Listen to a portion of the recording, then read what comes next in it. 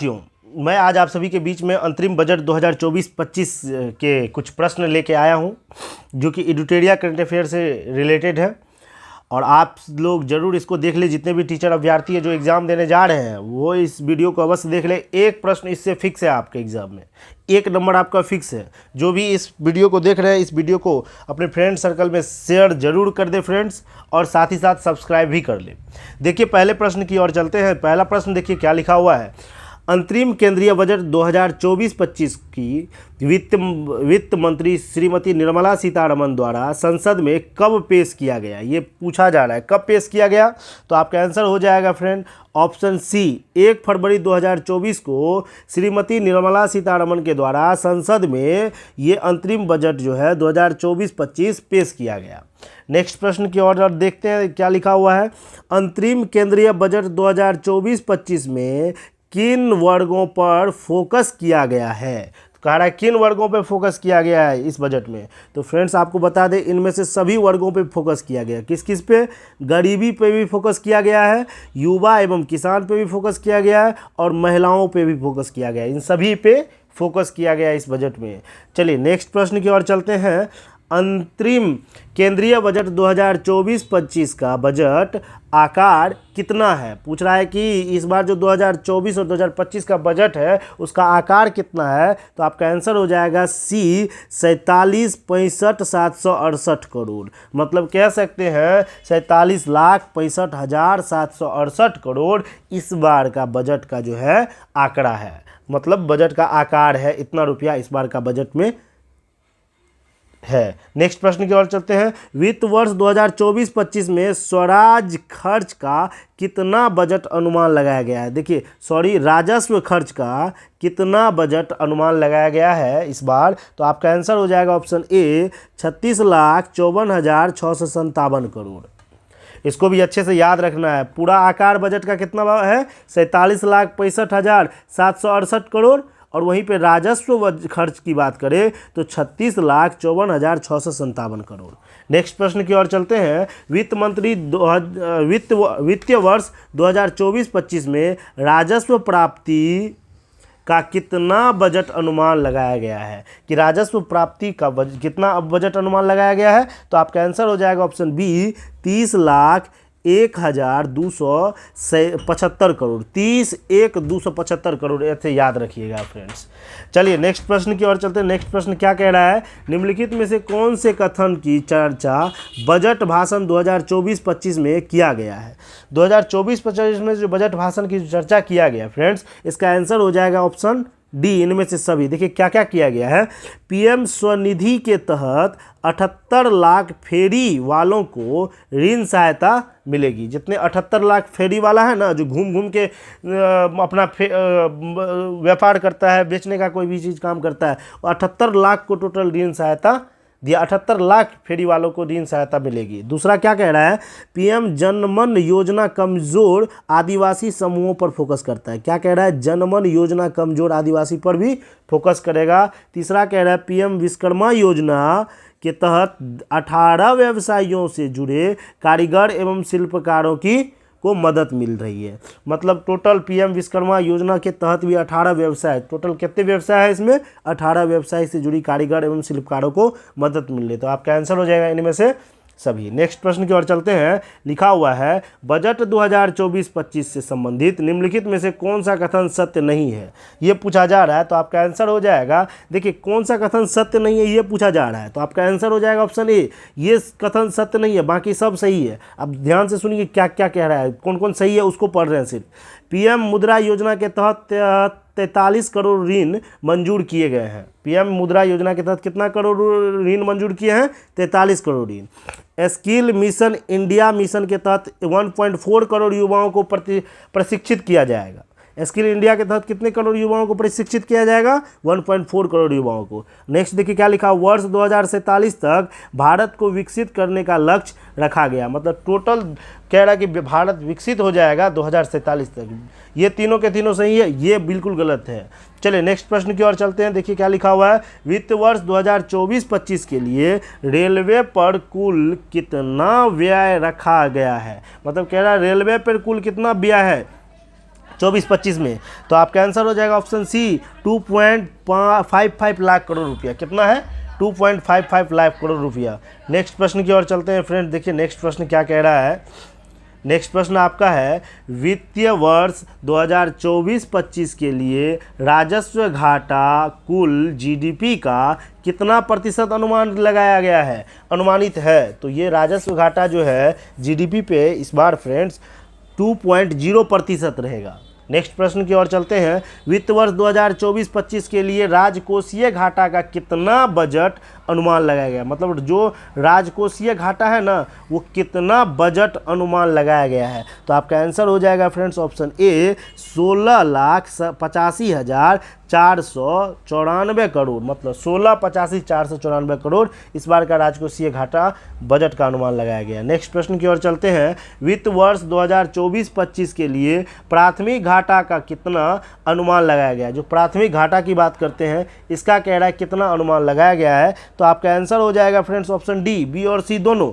देखिए जीडीपी का 2.3% लगाया गया है, बिल्कुल सही बात है, और जीडीपी का 1.5% लगाया गया, ये भी बिल्कुल सही है। मतलब दोनों अनुमान लगाया, अनुमान की बात करें 2.3 भी और 1.5 भी। नेक्स्ट प्रश्न की ओर चलते हैं। वित्त वर्ष 2024-25 के लिए कितनी पूंजीगत खर्च का बजट अनुमान लगाया गया है? तो आपका आंसर हो जाएगा फ्रेंड्स ऑप्शन ए 11,11,111 करोड़। तो याद रखिएगा इस बार जो है पूंजीगत खर्च का जो बजट अनुमान लगाया गया है 11,11,111 करोड़ रुपया लगाया गया है, इतना याद रखिएगा। नेक्स्ट प्रश्न की ओर चलते हैं। वित्त वर्ष 2024-25 के लिए कितना पूंजीगत प्राप्ति का बजट अनुमान लगाया गया है? तो आपका आंसर हो जाएगा फ्रेंड्स ऑप्शन बी 17,64,494 करोड़ रुपया जो पूंजीगत प्राप्ति का इस बार का अनुमान लगाया गया है। नेक्स्ट प्रश्न की ओर चलते हैं।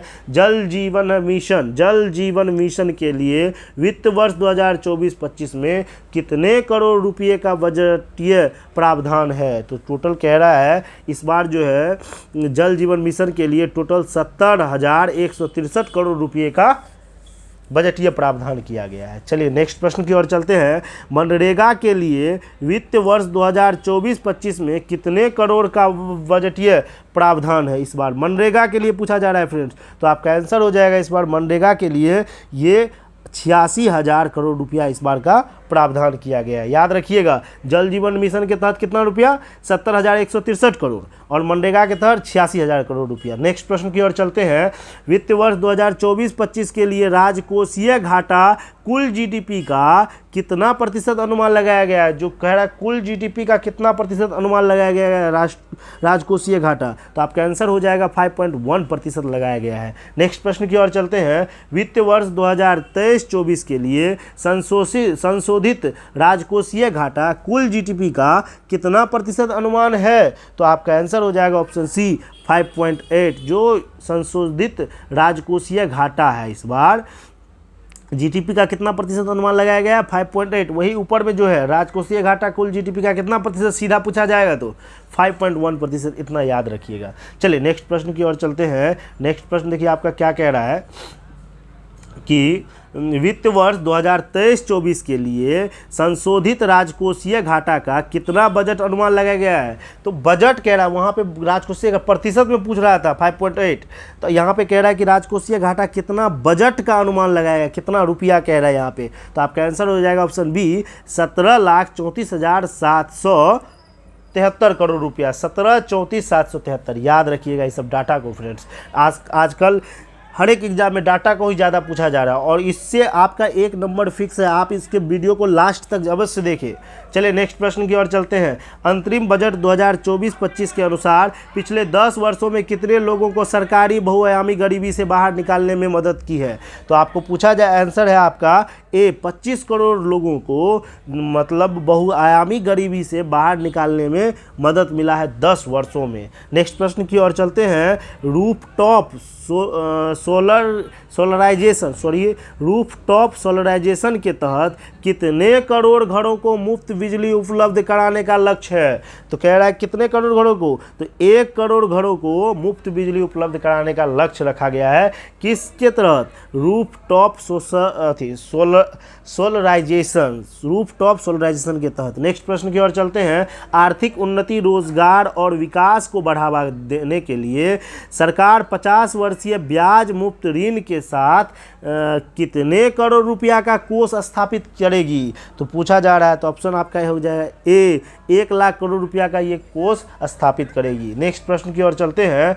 कह रहा है अंतरिम बजट के अनुसार कितने समान रेल डिब्बे को वंदे भारत मानकों के अनुरूप बदला जाएगा? तो आपका आंसर हो जाएगा फ्रेंड्स ऑप्शन बी, 40,000 डिब्बे को समान रेल डिब्बे को वंदे भारत मानकों के अनुरूप बदला जाएगा, टोटल 40,000 डब्बे को।